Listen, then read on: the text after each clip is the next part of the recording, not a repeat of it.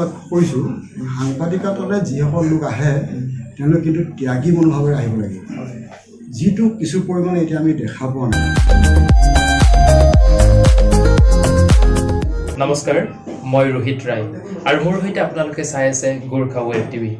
আজি গোৰ্খা ৱেব টিভিৰ মজিয়াত আমি এনেকুৱা এগৰাকী ব্যক্তিক চিনাকি কৰাই দিব লৈছোঁ, যিগৰাকী ব্যক্তিৰ বিশেষণ লগালে হয়তো মোৰ থাকি যাব। অসমৰ এজন জ্যেষ্ঠ সাংবাদিক, অসমৰ এজন বিশিষ্ট লেখক, এজন ক্ৰীড়া সংগঠক তথা ইতিমধ্যে যিগৰাকী ব্যক্তিয়ে 170খনৰো অধিক গ্ৰন্থ সম্পাদনা কৰি পাঠক সমাজৰ কাৰণে আগবঢ়াই দিছে, তেওঁ হৈছে সকলোৰে পৰিচিত শ্ৰীযুত শোভিত কুমাৰ চেত্ৰী ডাঙৰীয়া। পোনপ্ৰথমে মই ছাৰক আমাৰ গোৰ্খা ৱেব টিভিৰ তৰফৰ পৰা আমাৰ অনুষ্ঠানলৈ স্বাগতম জনাইছোঁ। নমস্কাৰ, ময়ো নৱপ্ৰতিষ্ঠিত যিটো গোৰ্খা ৱেব টিভি নামেৰে আপোনালোকে এটা মাধ্যমৰ সূচনা কৰিছে, মই ইয়াৰ লেখত থকা প্ৰতিগৰাকী কৰ্মকৰ্তা আৰু সম্পাদক মণ্ডলীৰ সদস্যসকলৰ প্ৰতি মই শুভেচ্ছা জ্ঞাপন কৰিছোঁ। ধন্যবাদ জনাইছোঁ ছাৰ। যিহেতু এগৰাকী বিশিষ্ট ব্যক্তিৰ সৈতে কোনোদিনে সাক্ষাৎ গ্ৰহণ কৰা নাই, এই কথা আমি স্বীকাৰ কৰাটো প্ৰয়োজন। ছাৰক আমি যথেষ্ট সন্মান কৰোঁ। সৰুৰ পৰা ছাৰৰ লেখা পঢ়াবোৰ আমি পাই আহিছোঁ, বাতৰি কাকততে হওক বা অন্য ছপা মাধ্যমতে হওক। ছাৰ, আপোনাৰ এই লেখাৰ প্ৰতি আপোনাৰ আকৰ্ষণ কেনেকৈ বাঢ়িল? সৰুতে আপুনি খুব পঢ়া শুনা কৰিছিল নেকি বাৰু? মানে এইটো এটা কাকতালীয়, আপুনি যিটো প্ৰশ্ন উত্থাপন কৰিছে, মই অতীতলৈ ঘূৰি যাবলৈ মোৰ মন গৈছে। জীৱনত কেতিয়াও লেখক হ'ম, সাংবাদিক হ'ম, এই অনুৰূপে মই কাম কৰা নাছিলোঁ। মই মোৰ এই ক্ষেত্ৰত মোৰ পিতৃদেৱতাৰ নাম মই উল্লেখ কৰিব লাগিব। মোৰ পিতৃদেৱতা আজিৰ পৰা 40 বছৰ পূৰ্বে তেওঁ দেহাৱসান হৈছে। তেওঁ আছিল খোৱাং হায়াৰ ছেকেণ্ডেৰী স্কুলৰ এগৰাকী শিক্ষক। তেখেতৰ নাম পদ্মনাথ চেত্ৰী। মই মেট্ৰিক পৰীক্ষাত অৱতীৰ্ণ হোৱাৰ সময়তে দেউতা ঢুকাইছিল। কিন্তু মোৰ এই মনত যে এটা বীজ ৰোপণ হ'ল, লেখাৰ প্ৰতি মোৰ আগ্ৰহ হ'ল, সাংবাদিকতাৰ প্ৰতি মই লালায়িত হ'লোঁ, এই বীজটো কিন্তু মোৰ পিতৃদেৱতাই ৰোপণ কৰি থৈ যোৱা বুলি মই অনুভৱ কৰোঁ। তাৰ কাৰণটো কি, মই যেতিয়া 7ম শ্ৰেণীত অধ্যয়নৰত মৰাণ চৰকাৰী বিদ্যালয়তে পঢ়িছিলোঁ, তেতিয়ালৈকে মোৰ জীৱনত লেখা মেলা পঢ়াৰ কথা নাছিলোঁ। মই খেলা ধূলাৰ প্ৰতি আগ্ৰহী আছিলোঁ, সমনীয়াৰ লগত সময় অতিবাহিত কৰিছিলোঁ। কিন্তু 7ম শ্ৰেণীত অধ্যয়নৰত সময়তে মোৰ পিতৃদেৱতাই এটা কাম কৰিছিল, যিটো কাম মোৰ কাৰণে আচহুৱা সেই সময়ত। কেনেকুৱা আচহুৱা, মোৰ দেউতা হাইস্কুলৰ শিক্ষক। তেওঁ গৰম বন্ধৰ আৰম্ভণিতে 3খন কিতাপ লৈ আহিলে লাইব্ৰেৰীৰ পৰা। এখন হোমেন বৰগোহাঁইদেৱৰ পিতা পুত্ৰ, আনখন সৌৰভ চলিহাৰ এখন গল্প সংকলন, আৰু এখন প্ৰকাশন পৰিষদৰ আছিল পৰ্বতীয়া সাধু বুলি এখন খুব বিখ্যাত এটা সংকলন। উত্তৰ পূৰ্বাঞ্চলৰ 7 ভনীৰ বিভিন্ন জনগোষ্ঠীৰ লোকগাথা তাত নিহিত হৈ আছিল। এই কিতাপকেইখন আনি পঢ়িবলৈ দিলে। এইটো এটা সাধাৰণ কথা, কিতাপ মই গৰম বন্ধ এমাহ বন্ধ পাইছোঁ, কিবা পঢ়িবলৈ দিছে। মই দেউতাই ক'লে খুব ভালকৈ পঢ়িবি, সেইটো কথাই ক'লে।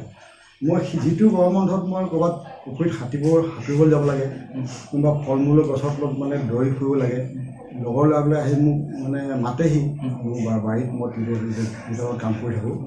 এতিয়া দেউতাই মোক কৈছে, নহয় তোৰ এইখিনি কাম কৰি ল'ব লাগিব, কিতাপখিনি পঢ়ি ল'ব লাগিব। মই পঢ়িলোঁ, যেনেকৈ এজন সাধাৰণ 7ম শ্ৰেণীৰ ল'ৰাই পঢ়ে।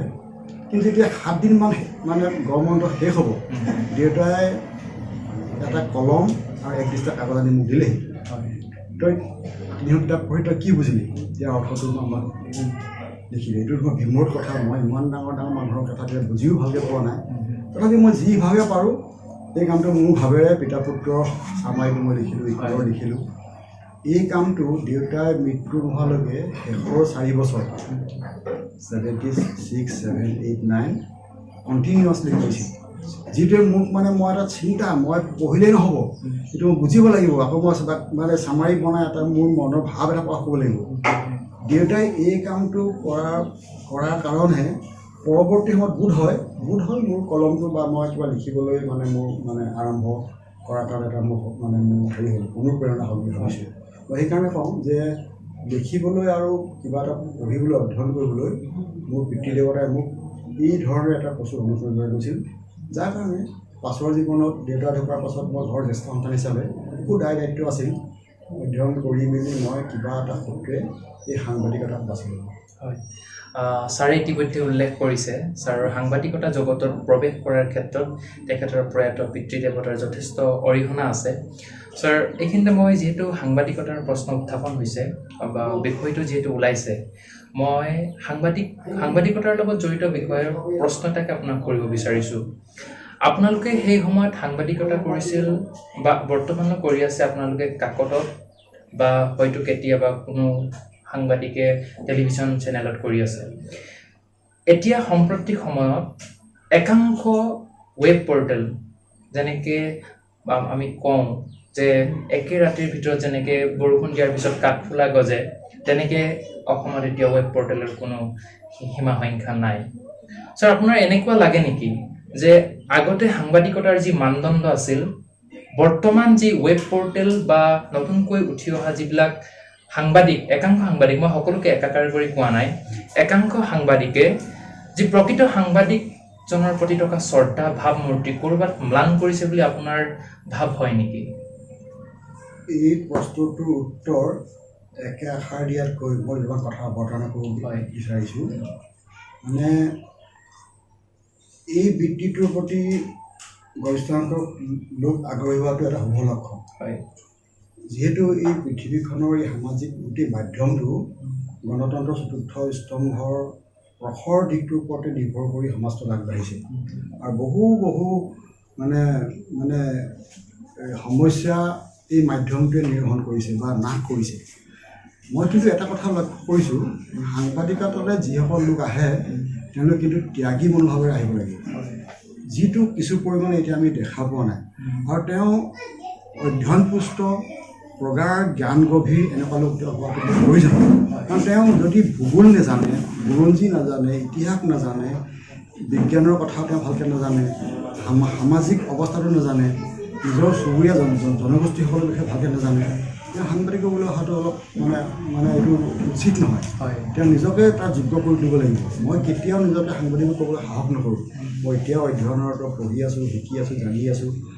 মই এইটোত এটা দেখা পাইছোঁ, এই যে কাঠফুলাৰ দৰে কিছুমান সংবাদ মাধ্যমৰ সৃষ্টি হৈছে, ইয়াত কোনো ধৰণৰ আছে, মই সকলোকেইটা যোগাৰ কৰিব নিবিচাৰোঁ। কিন্তু একাংশই উদ্দেশ্যপূৰ্ণভাৱে যদি এই বিষয়টো বাছি লৈছে, কিন্তু ভুল হৈছে। আৰু এনেকুৱা দুই এটা লোৱা দেখাও গৈছে। মই এইটো কাকো কোনটোকে নাম উল্লেখ কৰিব বিচৰা নাই। কিন্তু এই সংবাদ মাধ্যমটো যদি এই ধৰণে কক্ষচ্যুত হয়, ট্ৰেকৰ পৰা বাহিৰত যায়, গণতন্ত্ৰৰ চতুৰ্থ স্তম্ভ বুলি কোৱা এই মাধ্যমটোক যিটো মানুহৰ বিশ্বাস, সাধাৰণ মানুহে বাতৰি কাকতখনৰ কলা আখৰকেইটা যি বিশ্বাসে পঢ়ে, সেই বিশ্বাসটো কিন্তু বৰ্তাই ৰাখিবৰ কাৰণে আমি এই মাধ্যমটোৰ জড়িতসকলে সচেতনতাৰে কাম কৰিব লাগিব।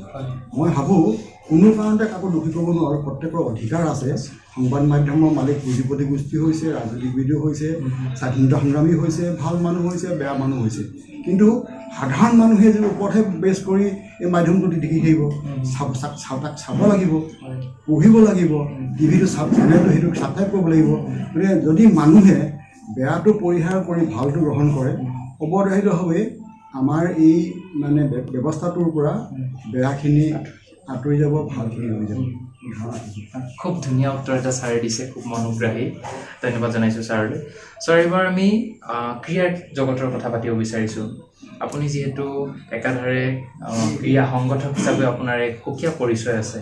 আপোনাক প্ৰায় বহুসংখ্যক লোকে ক্ৰীড়া সংগঠক হিচাপে জানে বা আপোনাৰ চিনি পায়। ছাৰ, ক্ৰীড়া জগতখনৰ প্ৰতি আপুনি আকৃষ্ট কেনেকৈ হ'ল? আমি সৰুতে খেলা ধূলা কৰিছিলোঁ, ফুটবলো খেলিছিলোঁ, ক্ৰিকেটো খেলিছিলোঁ। সেইবোৰ স্কুল পৰ্যায়ৰ কথা দেই, মই ডাঙৰ কোনো খেলুৱৈ নহয়। কিন্তু ক্ৰীড়া মোৰ এটা প্ৰথম প্ৰেম।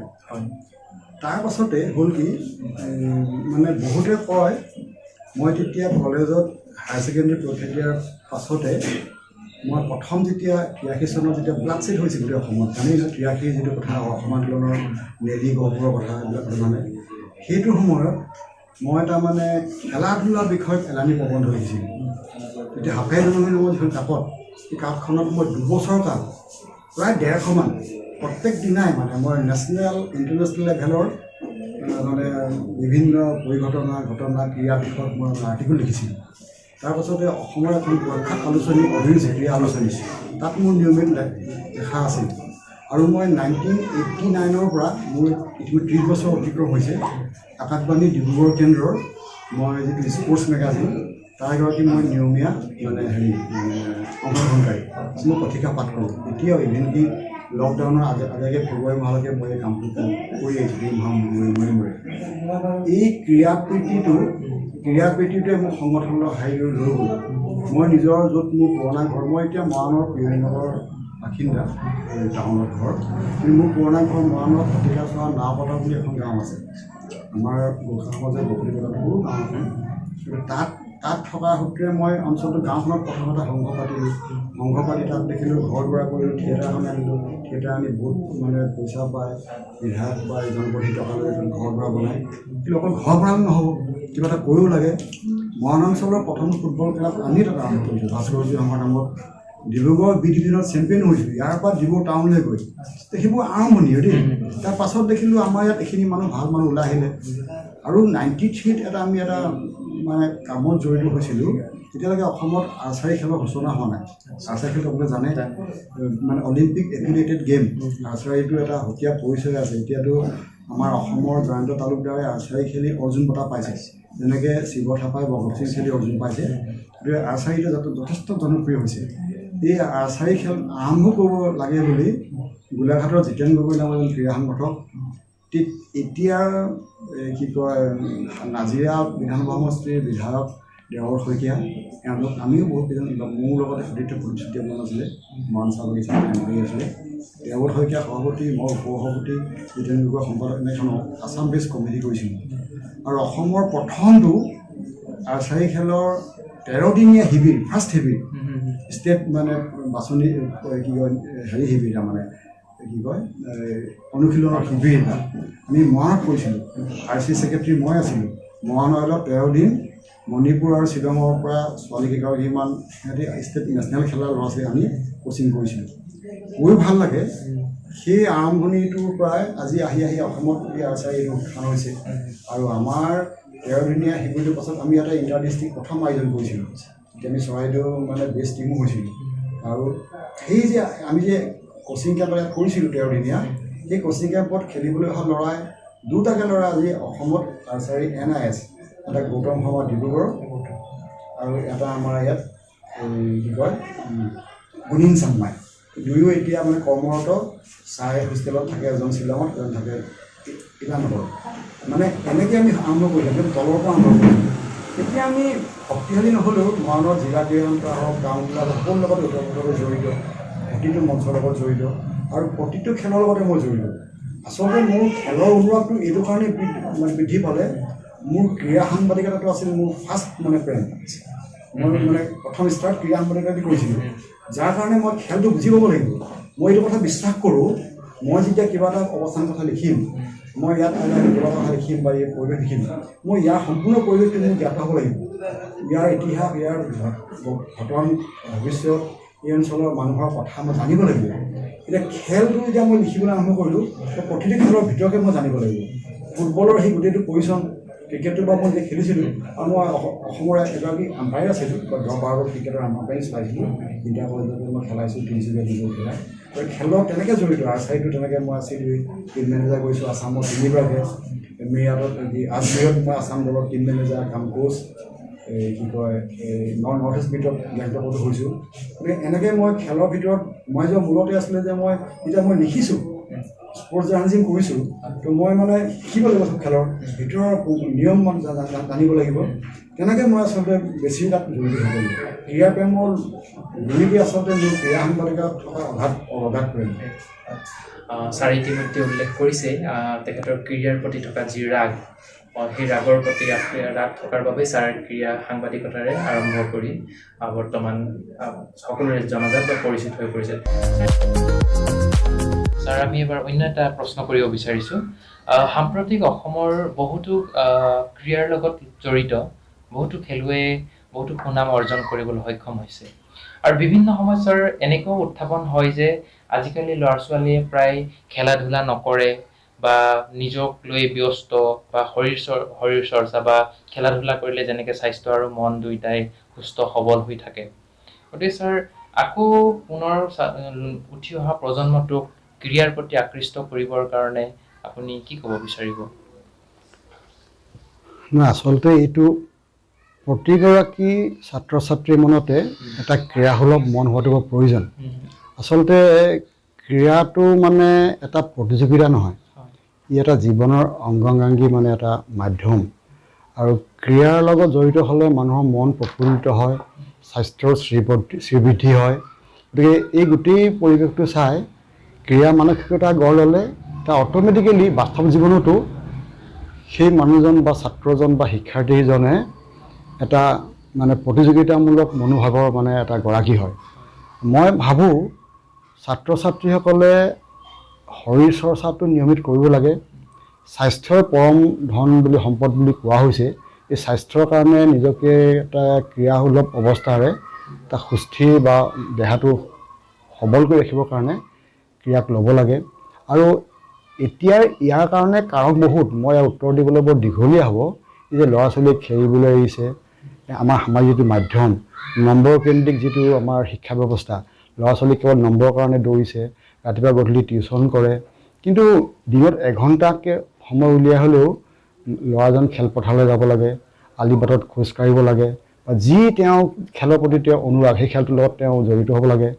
কাৰণ কি খেলাটোৱে তেওঁক বহুত ধৰণৰ সহায় কৰিব।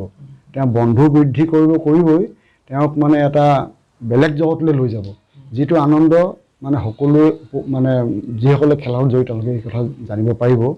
মই কিন্তু ভাবোঁ প্ৰতিগৰাকী শিক্ষাৰ্থীৰ এটা মানে মোৰ এইটো নিবেদনেই যে তেওঁলোকে এটা ক্ৰীড়াৰ প্ৰতি এটা মন কিন্তু মানে সদায় দেহত বহন কৰি ফুৰাটো উচিত। হয় ছাৰ, পুনৰ এবাৰ মই সাংবাদিকতাৰ লগত জড়িত এটা প্ৰশ্ন কৰিব বিচাৰিছোঁ। ছাৰ, সাম্প্ৰতিক সময়ত দেখা যায় যে যদিও সাংবাদিকসকলক বুলিয়ে নহয়, সমগ্ৰ ভাৰতবৰ্ষৰ ভাৰতৰ নাগৰিককে যি কথা কোৱাৰ অধিকাৰ, বাক স্বাধীনতাটো দিছে আৰ্টিকল 19(1) সাবছেকশ্যন A, তাত উল্লেখ কৰা আছে যে freedom of speech and expression. Sir, সাম্প্ৰতিক সময়ত ক'ৰবাত কোনোবাখিনিত এনেকুৱাও অনুভৱ হয় যে কেতিয়াবা কাৰোবাৰ বিপক্ষে কথা ক'বলৈ গৈ নিজৰ জীৱনৰ প্ৰতি ভাবুকি নমাই অনাৰ নিচিনাকৈ। আপুনি ছাৰ গোটেই বিষয়টো কেনেকৈ ভাবে? নহয়, এইটো মানে এই কথাটো মই স্বাধীনতা লাভ কৰিলোঁ, স্বাধীন দেশৰ নাগৰিক, সেই হিচাপে মই সকলো বিষয়তে স্বাধীন, সংবিধানে এটা অধিকাৰ মোক দিছে। সেইবুলি মোৰ প্ৰতিবেশী মানুহৰ অসুবিধা হোৱাকৈ মই তেনেকুৱা আচৰণ কৰিম নেকি? প্ৰথম কথাটো সেইটো যে মই মোৰ চুবুৰীয়া, মোৰ গাঁওখনৰ কাৰোবাৰ যাতে অন্যায় নহয় তেনেকুৱা এটা আচৰণ মই কৰিব লাগিব। সেইটো এটা সভ্য সমাজৰ, সভ্য দেশৰ ই এটা পৰিচয়। মই যদি স্বাধীনতাপ্ৰাপ্ত হ'লোঁ বুলিয়েই মোৰ সুবিধা হোৱাকৈ মোৰ কাষৰ চুবুৰীয়াজনৰ অসুবিধা হোৱাকৈ আচৰণ কৰোঁ বা তেনেকুৱা ৰিয়েক্ট কৰোঁ, সেইটোতো স্বাধীনতাপ্ৰাপ্তিক নুসূচায়। অনুৰূপ সাংবাদিকতাৰ ক্ষেত্ৰতো সাংবাদিকসকলে এটা সুকীয়া তেওঁলোকে অধিকাৰ প্ৰাপ্ত হৈছেই। আমাক মানে জলি তলি যাবলৈ কোৱা হৈছে, কথা সুধিবলৈ কোৱা হৈছে। তাৰ মাজতো কিন্তু এটা নিৰ্দিষ্ট এটা হেৰি থকাটো প্ৰয়োজন। মানে এইটো শব্দটো পোনপটীয়াকৈ ক'ব বিচৰা নাই, শালীন হ'ব লাগিব। ই অশালীন কেতিয়াও হ'ব নালাগিব। তেওঁ মানে কোনোবা এজন মানুহৰ মৌলিক অধিকাৰকো মই হৰণ কৰাটো উচিত নহয়। অপৰাহিত হ'বেই। এই পৃথিৱীত সকলো বৃত্তিতে বেয়া মানুহ আছে। শিক্ষকতাৰ মাজতো ক'ৰবাত ধৰ্ষণকাৰী ওলাইছে, খুব ভাল কোনোবা বিজ্ঞানীয়েও বেয়া কাম এটা কৰি তেওঁ পদটো বেয়া লৈছে। সাংবাদিকৰ মতে তেনেকুৱা দুই এজন নিশ্চিত আছে, আৰু এইটো নাই বুলি মই নকওঁ, আৰু থাকিব নোৱাৰে বুলি মই নকওঁ। সকলো মানুহৰ মন একে নহয় বা উচ্চাকাংক্ষী, হঠাতে তেওঁলোকে ওপৰলৈ যাব বিচাৰে। কিন্তু সাংবাদিকতাৰ মাধ্যমটোত তেওঁলোকে ব্যৱহাৰ কৰিব দেশৰ উপকাৰ, মানৱ সমাজৰ উপকাৰ, সমাজৰ উপকাৰ, এইটো তাৰ প্ৰথম লক্ষ্য হ'ব লাগে। তেওঁ কেৱল যদি এটা লক্ষ্যত উপনীত হ'বলৈ চুবুৰীয়া 10জনক অনিষ্ট কৰিব বিচাৰে, সেইটো মই সাংবাদিকতা নহয় বুলি মই অনুভৱ কৰোঁ। সদায় সাংবাদিকতাটোক মানুহৰ উপকাৰী হ'ব লাগে। আৰু মোৰ এই 3টা দশকৰ অধিক কাল সাংবাদিক জীৱনৰ এটা কথা মই খুব অন্তঃকৰণে লক্ষ্য কৰিছোঁ যে আমি যদি সাংবাদিকতাৰ কলমটোৰে বা সাংবাদিকতাৰ কেমেৰাটোৰে যদি কোনোবা এজনৰ ভুলকৈ চৰিত্ৰ হনন কৰোঁ, তেওঁ যদি নকৰাকৈ তেওঁ যদি মানে আভুৱা ভাৰি কামটো কৰা হয়, ইয়াৰ কিন্তু তেওঁ মানে পাছত স্পষ্টীকৰণে বা অন্য ধৰণে তেওঁ কিন্তু হেৰি নকৰে, এই বস্তুটো পুনৰাই ঘূৰাই নানে। গতিকে বৰ সাৱধানে কৰিব লাগে। সাংবাদিকে মানে এটা কথা আছে যে মানুহ মাত্ৰেই ভুল বুলি কথা এটা আছে। মই কি ভাবোঁ সাংবাদিক মাত্ৰেই ভুল হ'ব নোৱাৰে, বহুত চিন্তা কৰি কামটো কৰিব লাগে। মানুহ এজনৰ জীৱনৰ কথা এইটো। তেওঁ মোৰ কলমৰ এটা খোজত তেওঁ পাৰিবাৰিক সমস্যা হ'ব পাৰে, ঘৰত তেওঁ গোটেই জীৱনলৈ কাল হ'ব পাৰে। গতিকে আপুনি এই যে আজিকালি কোনোবা এচাম মানে কয় সাংবাদিকতা আজি আমুকক মানে চাই ল'ম, আমুকক কৰি দিম, এইটো কিন্তু সাংবাদিকৰ লক্ষ্য নহয়, হোৱা উচিত নহয়। একেবাৰে এটা দীঘলীয়া মানে দৃষ্টিৰে তাক নিক্ষেপ কৰি চাই সাংবাদিকতাটো আচলতে আমি কৰাটো ভাল। আৰু কেতিয়াও সাংবাদিকতা ব্যক্তিগত আক্ৰমণৰ পৰ্যায়লৈ যাব নালাগে বুলি মই ভাবোঁ কৰোঁ। ছাৰ, যিহেতু সময় আমাৰ শেষ হৈ আহিছে, গতিকে মই অন্তিমটো প্ৰশ্ন আপোনাক কৰিব বিচাৰিছোঁ। ইতিমধ্যে আপুনি 170খনৰো অধিক গ্ৰন্থ সম্পাদনা কৰিলে। যিহেতু আপোনাৰ সাহিত্যৰ ক্ষেত্ৰত এটা যি দখল আছে, সেই দখলক আমি নতশিৰে স্বীকাৰ কৰোঁ। ছাৰ, মোৰ প্ৰশ্নটো হ'ল এইটো যে উঠি অহা প্ৰজন্মই হেনো ক'ৰবাত সাহিত্যৰ পৰা আঁতৰি আহিছে বা গ্ৰন্থ নপঢ়ে বুলি তেনেকুৱা এটা বদনাম আছে। আপুনি গোটেই বিষয়টো কেনেধৰণে পৰ্যালোচনা কৰে? মানে নতুন প্ৰজন্মৰ অধ্যয়নৰ প্ৰতি মানে মানে এটা আগৰ দৰে মানে হেৰি নাই বুলি কয়, মানে তেওঁৰ ৰাপ নাই, অধ্যয়নৰ প্ৰতি বিমুখিতা, এইটো কথাটো একেবাৰে অস্বীকাৰ কৰিব নাযায় ওলাই। পৰিৱৰ্তিত পৰিস্থিতি পৰিৱেশ, এটা সময়ত মোবাইল নাছিল, এটা সময়ত গুগল নাছিল, ইউটিউব নাছিল, তেনেকুৱা এটা সময়ত মানে মানুহে কিতাপৰ বাদে অন্য কাম নাছিলেই। কিন্তু আজিৰ প্ৰজন্মইও কিন্তু পঢ়া শুনা বহুত কৰে। তাৰ ষ্টাইলটো সলনি হৈছে, মাধ্যম সলনি হৈছে, তেওঁ ৱেবছাইটত চাই হেৰিয়াত চাই তেনেকৈ কৰিছে। কিন্তু মানে অধ্যয়নটো কৰিব লাগে, সেই পুথিয়েই হওক অন্যান্য মাধ্যমৰ যদি হওক। এজন মানুহে জীৱনত যদি অধ্যয়ন ভালকৈ নকৰে, সকলো দিশ তেওঁ নিৰহনিপানীকৈ বুজি নলয়, তেওঁ পাছৰ জীৱনটো মানে তেওঁ পূৰা সম্পূৰ্ণ জীৱনৰূপে গঢ়ি তুলিব নোৱাৰিব। আৰু মই দেখা পাইছোঁ যিসকলে প্ৰগাঢ় অধ্যয়ন কৰিছে, বিশ্বৰ সামাজিক বাতাবৰণৰ বা বিভিন্ন দিশ অধ্যয়ন নকৰাকৈ ক'ৰবাত ডিবেটত ভাগ লৈছেগৈ, তাতে উলংগ হৈ পৰিছে, তেওঁ জ্ঞানৰ প্ৰসাৰতা কিমান মানুহে বুজি পায়। মই যিমানেই ডাঙৰ সাংবাদিক নহওঁ, যিমানেই সাহিত্যকৰ্মী নহওঁ, ইয়েই নহওঁ, মই যদি পঢ়া শুনা নকৰোঁ, সামগ্ৰিক অসমৰ অৱস্থাটো মোৰ যদি অৱগত নহয়, মইনো কেনেকৈ এইটো বিষয়ত গৈ পেলাই মই লিখিম ক'ম।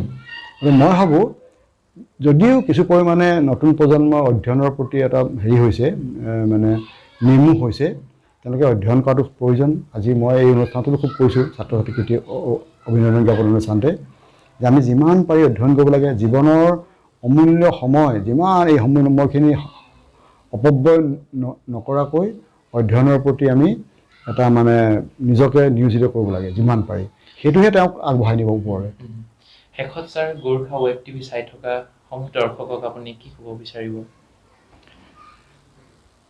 মানে আমাৰ যি গোৰ্খা সমাজ প্ৰায় 200 বছৰো অধিক কালৰ এটা সংপৃক্ত জীৱন আধাৰিত এটা সমাজ। উত্তৰ পূৰ্বাঞ্চলত গোৰ্খা জনবসতি আৰম্ভ হোৱা 200 বছৰ আগৰ পৰা হৈছে। এই গোৰ্খাসকলৰ দুটা কথা অসমৰ প্ৰতিগৰাকী মানে নাগৰিক তেতিয়াৰ আগৰ দেশৰ স্বাধীনতা প্ৰাপ্তিৰ পূৰ্বৰ স্বীকাৰ কৰি গৈছে যে গোৰ্খাসকল কঠোৰ পৰিশ্ৰমী আৰু সত্যবাদী, তেওঁলোকে মিছা কথা নকয়। যাৰ কাৰণে এটা সময়ত গোৰ্খাসকলক হয় দাৰোৱান, নহয় সৈনিক, আৰু অবিশ্বাসী নহয়, বিশ্বাসী। গতিকে এনেকুৱা এটা জনগোষ্ঠীক প্ৰতিনিধিত্ব কৰা এটা মঞ্চ। মই এইটো গোৰ্খা ৱেব যিটো পৰ্টেল আপোনাৰ আৰম্ভ কৰিছে, আপোনালোকে সেই ধাৰাটো যাতে বজাই ৰাখে। আৰু গোৰ্খাসকলে যি অৱদান আগবঢ়াইছে ভাৰতৰ স্বাধীনতা সংগ্ৰামত, তাৰ পূৰ্বতেও ব্ৰিটিছৰ লগত লগ লাগি মান সেনাৰ বিৰুদ্ধে যুদ্ধ কৰিছে।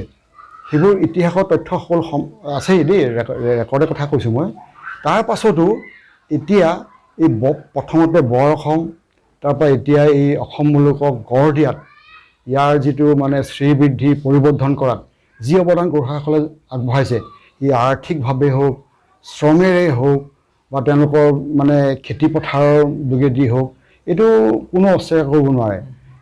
এই যেনেকৈ অসমত অসমীয়া বুলি কোনো জাতি নাছিল এটা সময়ত, অসমত আহি ইয়াৰ বায়ু পানী মাটি সেৱন কৰি যিসকলে এই ভূভাগক নিজৰ বুলি গ্ৰহণ কৰিছে, অসমীয়া ভাষা সাহিত্য গ্ৰহণ কৰিছে বা অসমীয়া জাতীয় জীৱনৰ সকলো সমস্যা নিজৰ বুলি গ্ৰহণ কৰিছে, সেই মানুহখিনিয়ে অসমীয়া।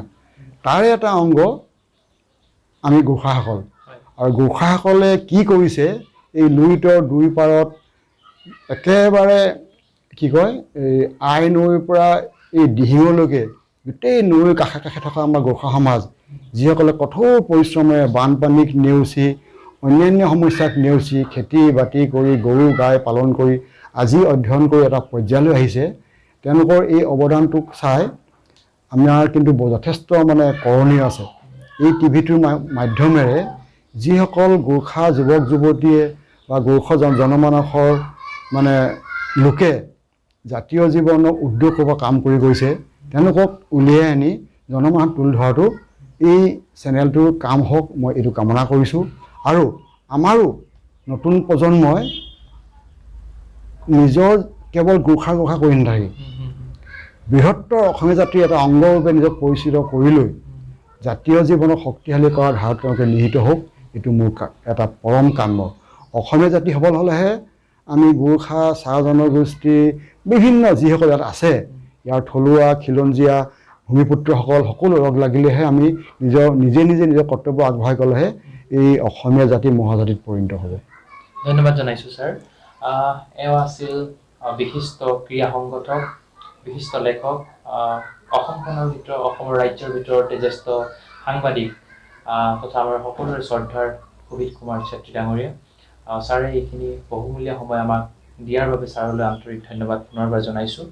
আৰু ইয়াৰ লগে লগে মই ৰোহিতে গোৰ্খা ৱেব টিভিৰ পৰা বিদায় লৈছোঁ। ধন্যবাদ।